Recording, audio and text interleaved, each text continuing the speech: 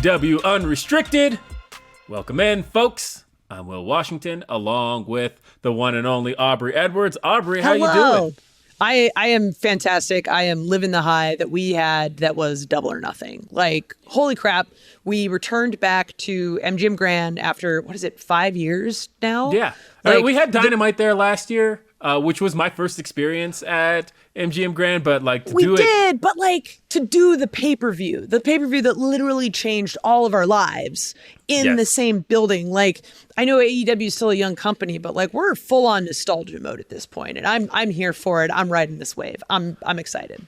Yeah, and like obviously the landscape of AEW has changed once again. We are back in a very familiar place, but again, just like look, I've attended all but 2 Double or Nothings, and one of them I couldn't because That's fair. Because nobody could, except for you guys. But otherwise, as a follower of AEW, I always made it a point to either find my way to Vegas or the one in Jacksonville, and then this time around, the last 2 I've gotten to be a part of, and it is such a really special event to AEW, to get to celebrate the history of AEW and to celebrate the fact that, again, this is the 5-year anniversary. It happened to fall right on the 5-year mark, and here we are again. It's really cool, and I'm glad that we got to do the show and do it our way once again. Yeah, always. I love AEW. I mean, I know this is like the official podcast and we're employees of the company, but it's really great working for a company that you love and you're excited about. And like, I legitimately get on planes every Tuesday and occasionally Fridays. And I'm just like, I am so stoked to be here. We're doing so many cool things. We have so many awesome people that we work with. Yes, we do. And as a matter of fact, you were just telling me, speaking of excitement, that you were excited about things we had coming up on today's show. And what do we got coming up on today's show? I am very excited to introduce our guest today, who some people have seen on their television screen. She does backstage stuff. She does ring announcing. She's running all over the place on TV Day. Ladies and gentlemen, welcome Arkady Ora. How are you doing today? Hi, I'm doing great. How are you guys? Happy Monday. So you've been at AEW for, remind me again, how long have you been at AEW now? Because it feels like forever. Tomorrow will be 3 months. Whoa! So yeah, very, very early stages still. Very early, but very fast. And it already feels like you're like a huge part of like our locker room. I can speak to this. Will can't. But it's absolutely great. I can speak to some things. I see Arkady every week and we have great conversation. And right, but you're like locked in like the creative office until like the show starts. And then you're like, hey, say hi to everybody. So slightly different. Slightly different, but she's met my kids. So like you have That's true. That's true. Kids. I love your kids. They're very sweet. Thank you. Awesome. So you've been with AEW about 3 months now. How did that journey start? Because I think your first show was one of our Jacksonville shows. And then from there, like just take it away. How did you end up at AEW? How did I end up at AEW? Yeah. Well, I guess, it's interesting. So I'm going to go back to like 8 years ago. Perfect. I had a tryout with WWE, and I'll skip how I got there. But it happened very early in my wrestling career. And it actually went well. Obviously, I didn't get the contract, but it's so funny. I remember crying and being so upset that it didn't happen, that I didn't get the contract. But I think one of the most important things that came out of it was I met Dax Harwood, because him and Cash Wheeler were my coaches for the tryout. And they were fantastic. Like Dax especially he's been just like this, like, I won't say silent, but just like this small encourager throughout my career, and he's been so wonderful. And so I did the indie route after that tryout. I went to the Crash in Mexico. That was where I met the Young Bucks for the first time, which I'm sure they don't remember, but met them there. And did the whole like 8-hour drive for $20, that whole hustle that you do on the indies. Left wrestling for about 5 years, and then went back to SoCal Pro, where I had trained. This last summer, they invited me to come do backstage interviews there. And Jeff Dino, who runs it, was like, you got to do ring announcing. I was like, no way. I'm not a ring announcer. It's not going to happen. He encouraged me to try it. And after the first one, nobody really knows this, but I reached out to WWE and I was like, hey guys, it's been 7 years, but I'm back in the game again. And immediately they offered me an audition. And the next day, Dax Harwood reached out to me and was like, AEW might be interested. He's like, I don't know if it'll go anywhere, but anyways, it spiraled. He definitely got the ball rolling for me with AEW, and I'm so, so happy to be here. He's got good brother energy. I was like, yeah, it was absolutely. And just like, he just says these little things, like, if you want to make it happen, you're going to make it happen. Like these little things, right? And then you're like, yes, I can. It's just so encouraging and positive. And Mike Mansuri's been kind of my main contact at AEW. He's the same thing. Like, I feel like there's these figures throughout, you know, my career that have just been so encouraging and believing in me and all these things. And I'm like so grateful for it. So, yeah. Well, it's interesting because you really, it kind of, you know, you've been backstage for a while, and it was like little things here and there, but then it really just feels like in the last month or so, it went from probably like 15 to 100. And now you're just kind of all over television. Talk about a little bit what that experience has been like so far. Yeah. I mean, it's interesting because for me, it feels like I think as far as the audience has gotten to see, I've been on TV more, right? But for me, like every week still feels like there's so much going on, and there's so much I'm taking in every single day that I'm there because I am so new to this side of things. So I've been slowly doing, as you know, Ring of Honor, ring announcing, working with Justin Roberts, who's just like phenomenal at what he does and so gracious to, I don't know, help me and prepare me every week. It's been great getting to work with him and have him kind of as like a mentor there. So ring announcing was kind of the first thing that I have been doing here in AEW, and now getting to do backstage interviews. As you know, Will, I love doing it, and that's been really fun. I feel very calm, very prepped for backstage interviews, so that doesn't feel like as 0 to 100, I guess, for me. But the ring announcing every week feels like, you know, I'm getting the hang of things. I'm still new, so picking up little things up every single time that I do it. I feel like it's always easier to figure out, like, the more times you've done something, the more questions you need to ask. Like, oh, does this person have an entrance? Where are they from? Like, are they coming out as a team? Are they coming out with individual entrances? Like, there's all these things that happen with ring announcing that people don't actually, like, it's not just standing there with a microphone. It's like, you have to actually prepare all the information that you're getting. So there's all of that. Yeah, ring announcing, I think, I mean, same with reffing. I know you and I have talked about this, but like there's so much that I think people don't see. And going from indie ring announcing, which I had done 2 times, all of 2 times before TV, is so different.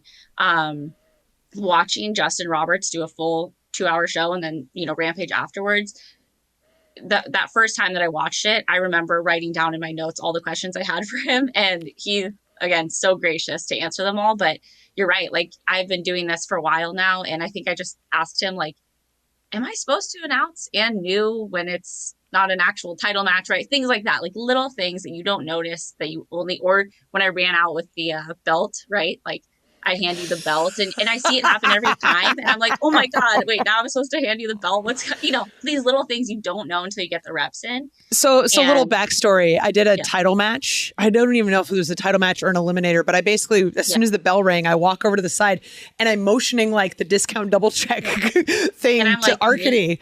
And he's like, me? I'm like, yes, please hand me the title. Like, please hand me the title now. And she's, oh God. Yeah. So like the next day that it happened, she sends me a text. She's like, I didn't forget this time. Yeah.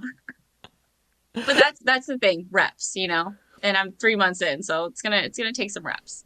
Well, one of the days that you actually very much got reps that I don't think anybody was expecting was on the May 8th edition of Dynamite. You had been doing Rampage here and there, but you hadn't quite moved to Dynamite yet. And then all of a sudden, Renee gets sick, and you went from kind of nothing on Dynamite to the entire show. What was that day like for you? That day was so fun. Honestly, it was so much fun. And Renee is another one who, like, she's so incredible at what she does and so gracious with her knowledge. So even when I was doing ring announcing, I would follow her around a lot backstage. And That was how we first I would noticed you. just- We were like, hey, Renee has a new puppy kind of following her around. What's happening? Yes, exactly. Thank you, Renee, for letting me. But it's true. I was like, I'm here. I want to soak it up as much as I can.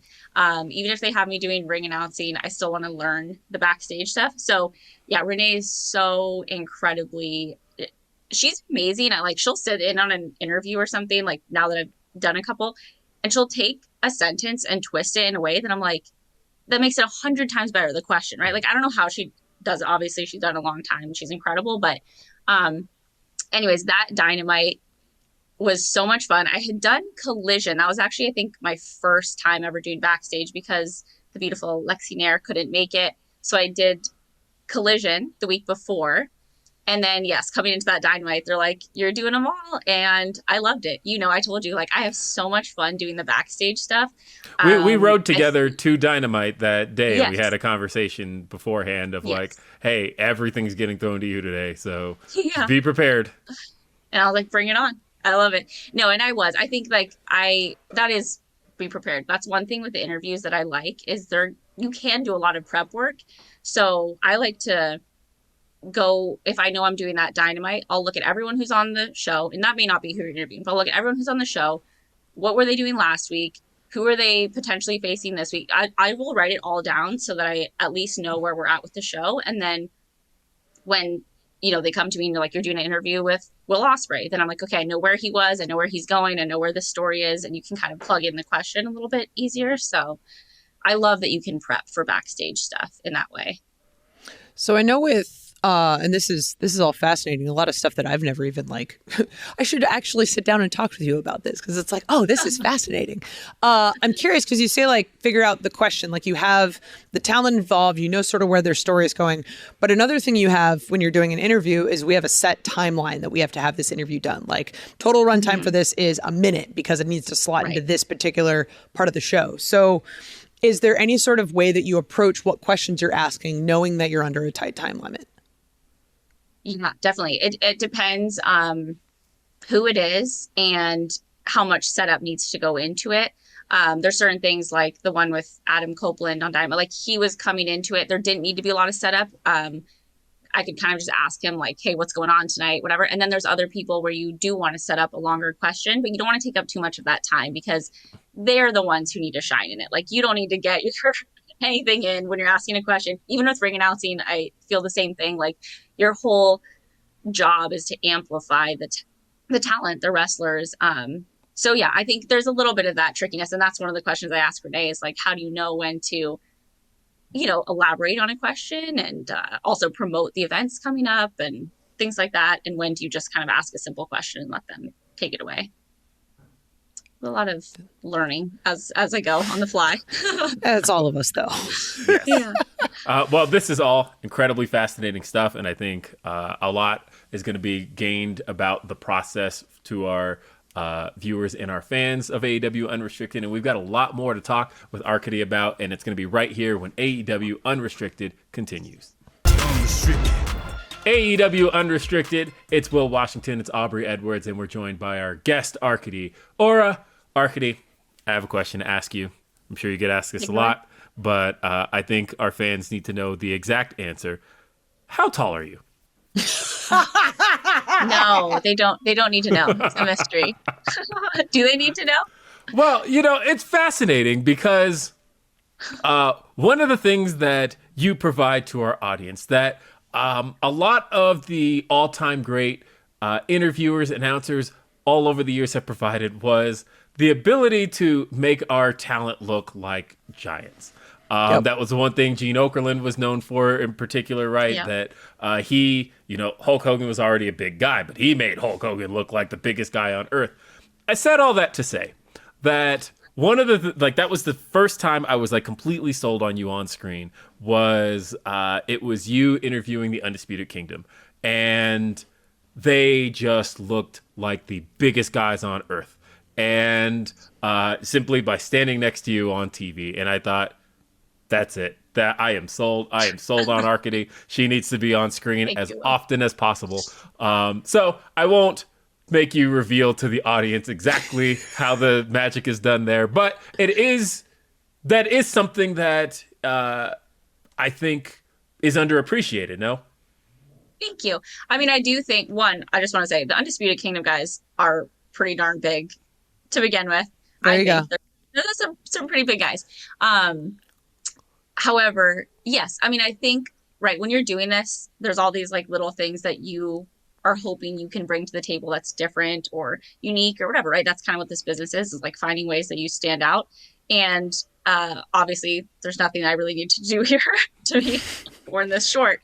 But I do think that's a lot of the comments. Like when I get a lot of comments on Twitter and in my DMs, they're like, "How tall are you? I have to know how tall are you because are they really that tall? Are you that short? What's going on here?" And I don't know. I mean, you can find it. I'm sure it's online somewhere. I mean, look, there's that infamous shot of Tom Phillips in WWE doing the splits because he had to make sure that, you know, you don't want to look taller than your talent. And so it's a very important thing in pro wrestling. And that was one of those shots that's like circulated all around the internet. And so when you're able to simply provide that to the talent, that's always a good thing. I think Orange Cassidy even said when I was back there, he's like, "Oh, you can wear your heels while you're like back here talking to everyone." And I was like, "Yeah, good." But yeah, you did get to do, like I said, we talked about that May 8th edition of Dynamite, and you mentioned how, you know, you opened the show with Adam Copeland, and then later on, I got to produce one with you with Willow Nightingale, and that was where I was like, you know what she's never gotten to do before? The walk-on pop. And and so and for people who don't know what that is, that's where you start on the solo shot of our interviewer, and they say, "Please welcome our guest, insert person here," and then they walk on and the crowd pops.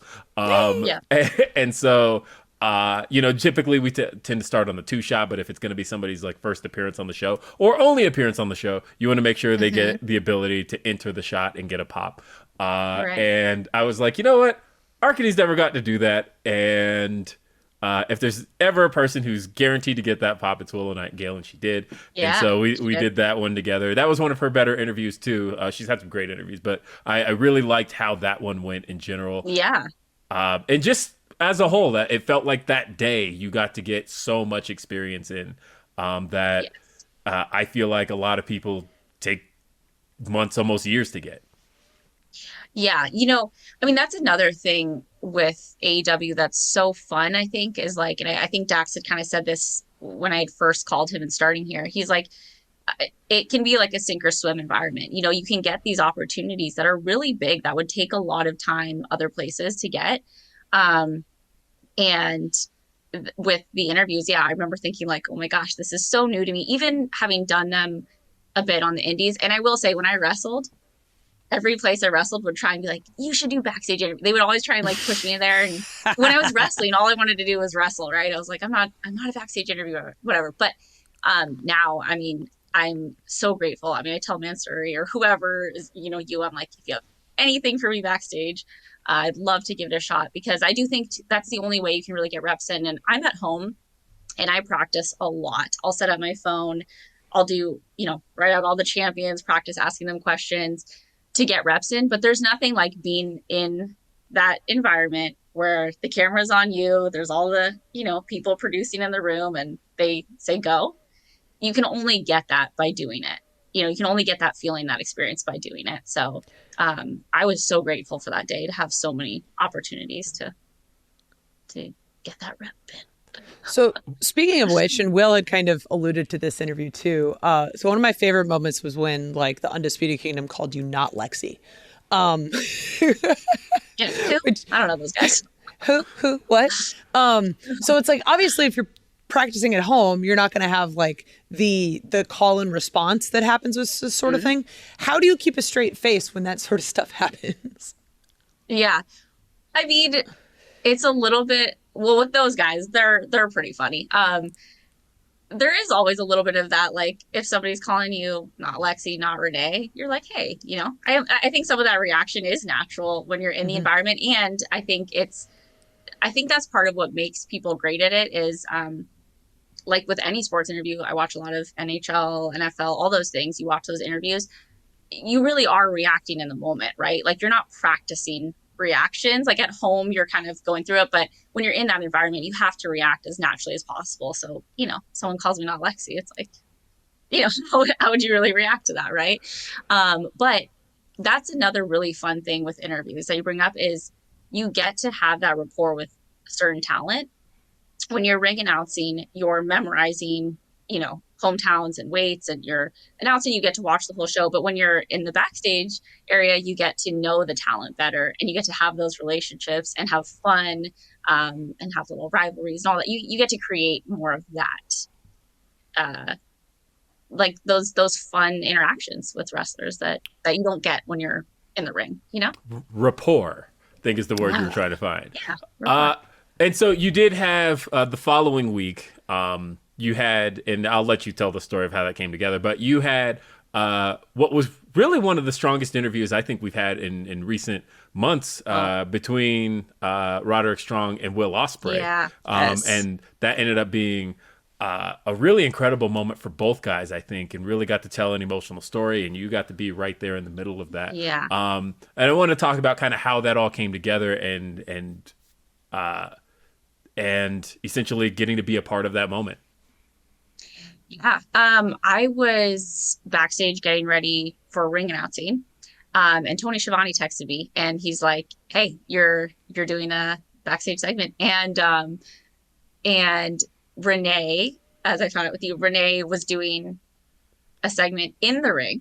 She was doing a contract signing. It was a domino effect, right? Because Yes, it was a because domino originally effect. Tony Schiavone was going to be doing the contract signing between Mercedes and Willow, and it was one of those things, like, as we're doing it, I was like, I feel like Renee's right for this. And so we pulled Renee into the contract signing, but then it was like, but she had the previous segment, which was going to be the interview between Right.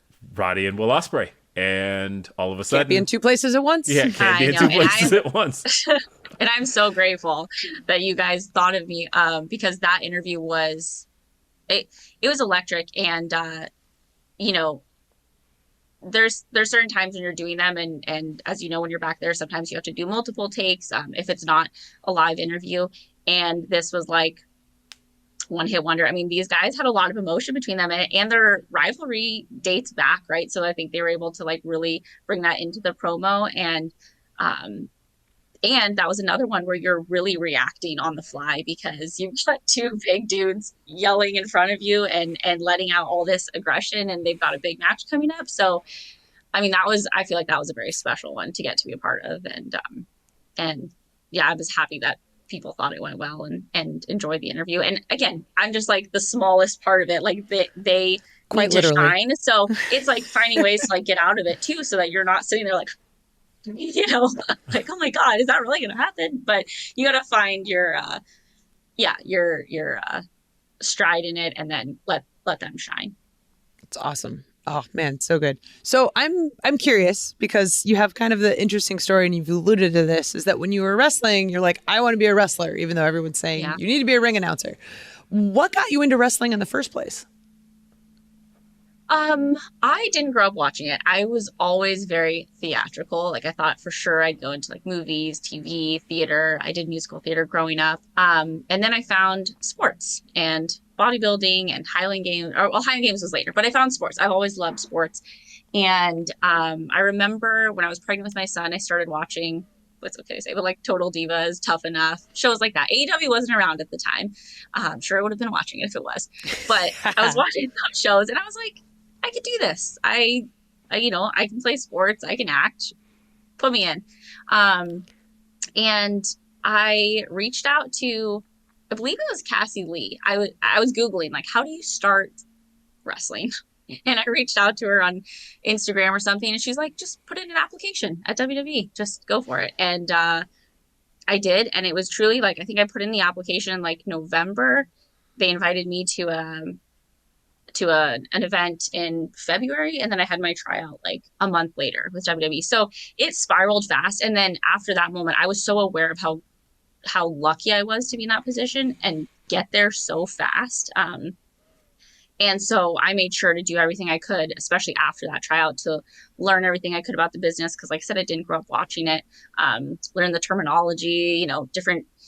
It's been going on for so long. There's so much to learn. But yeah, that was kind of like, it was a whirlwind. I don't know. I was like, I'll go for this. And it spiraled really fast.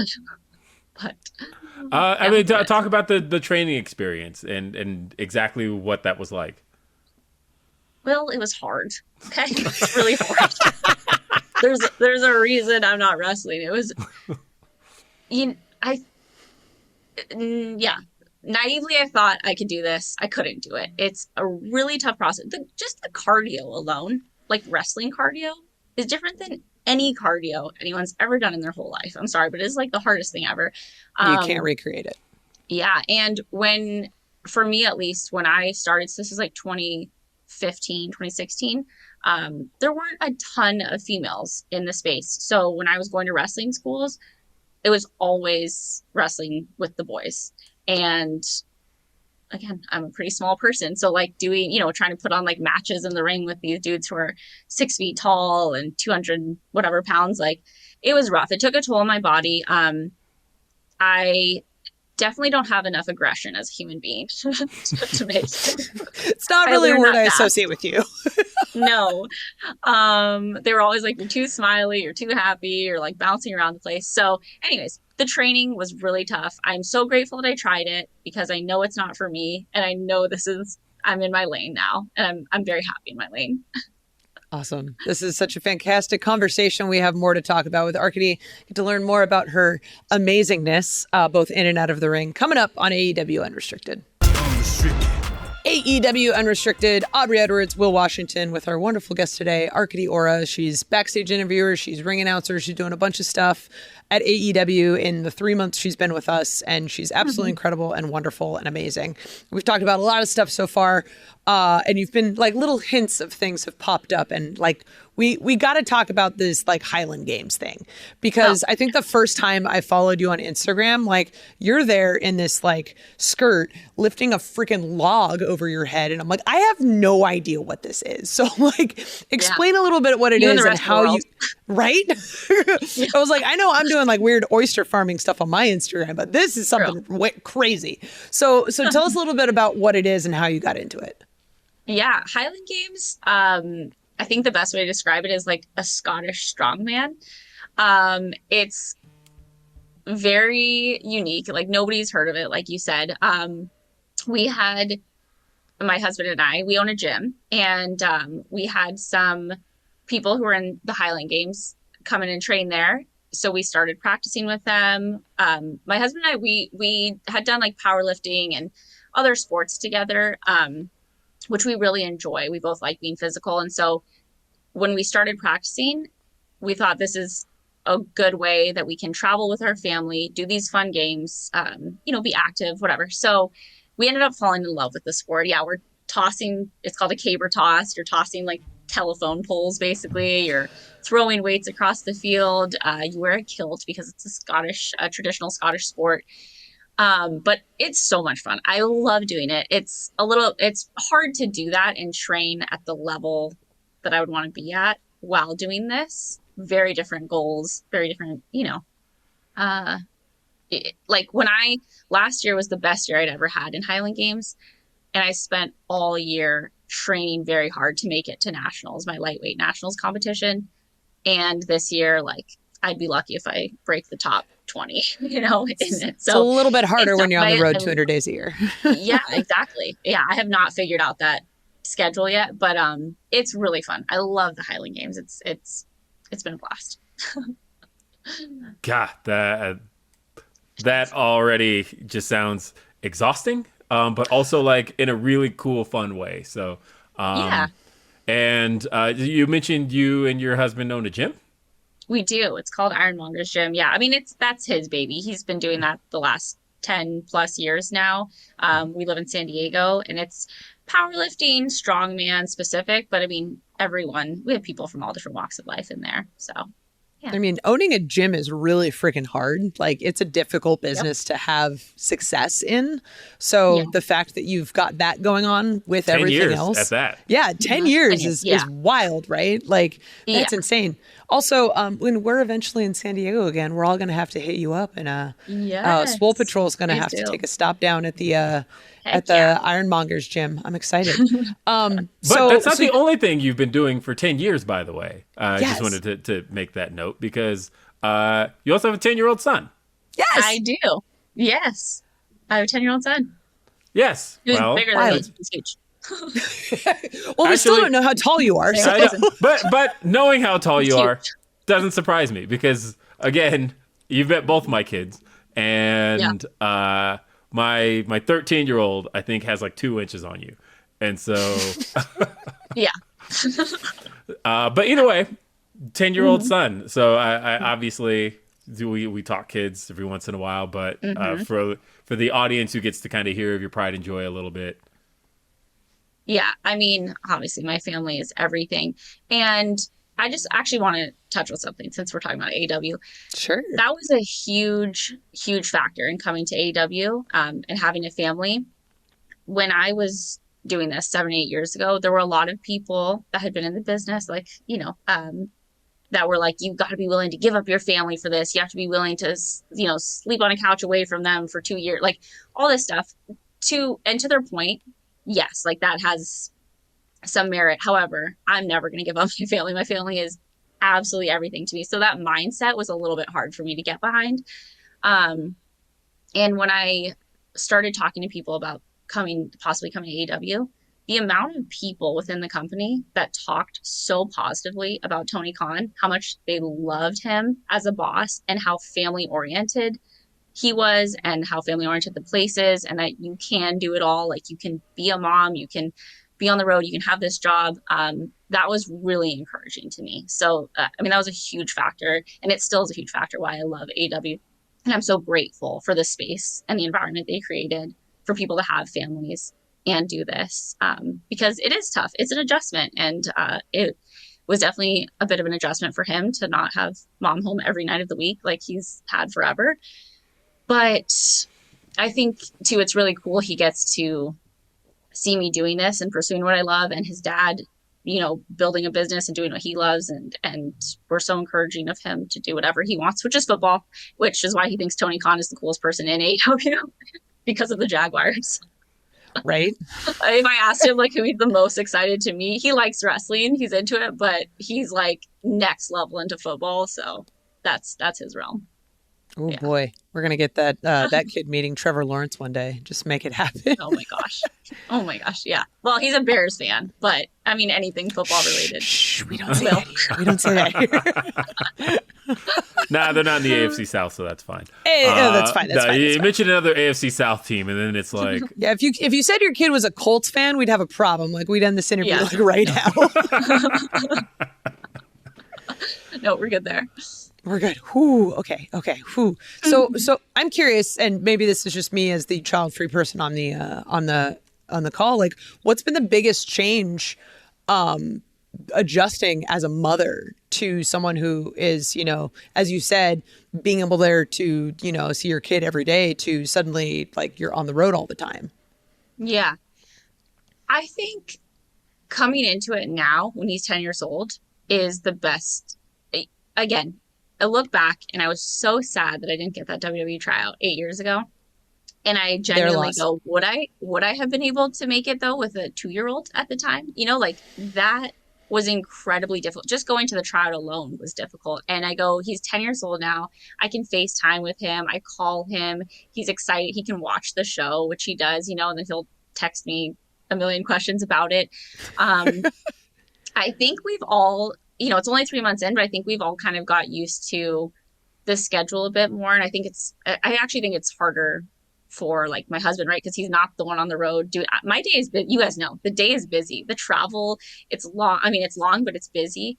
I think the hardest thing always is like at night when you're not there to like give him a kiss and say goodnight. But, again, he's 10. And so this is, I think, the most perfect time for me to be in the business. And I think everything worked out perfectly the way it's supposed to.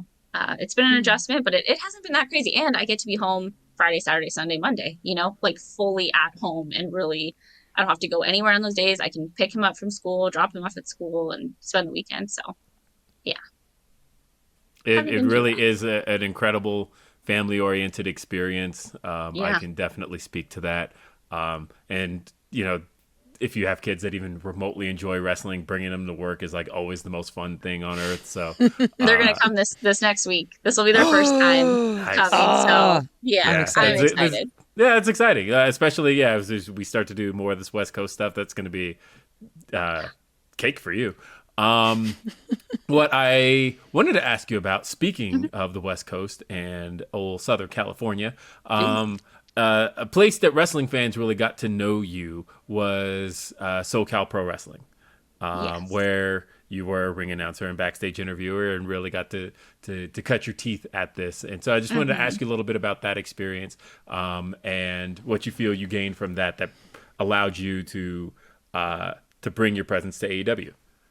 Yeah, SoCal Pro Wrestling, I will forever be grateful. Jeff Dino and Jonathan, like I think they gave me a lot of space to figure out who I was. Like and when you're on the indies, again, you don't have a lot of people producing you and telling you what you have to do and where you need to be, right? So you have a lot of freedom in creating those backstage interviews. And I mean, again, Jeff asked me so many times, he's like, we got to get you in the ring announcing. And I think just him pushing me, well, the ring announcer wasn't able to make it, so I kind of had to go out there and do it, but him encouraging me, and the guys at SoCal Pro, like all the guys that wrestle there, I mean, Judiz, there's so many of them who were always very positive and encouraging. And again, it can be a very cutthroat business.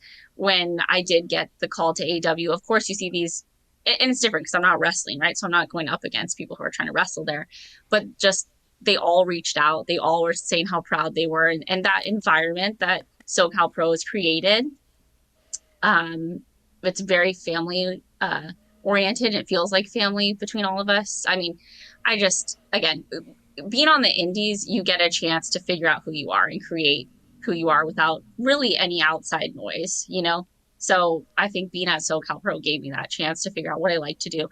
And I love doing the backstage interviews. So them just saying, like they would tell me who they wanted me to interview, and then I had free reign on how I wanted it to go for the most part.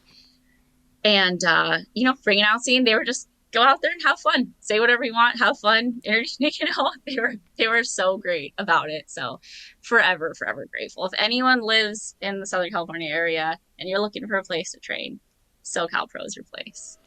So started in wrestling, really enjoyed backstage interviewing, resisted being a ring announcer, eventually did ring announcing, but you were also a manager at one point. Yes. Yeah. So actually, that was a big part of my indies. Right? Like, and you managed Brian Cage of all people.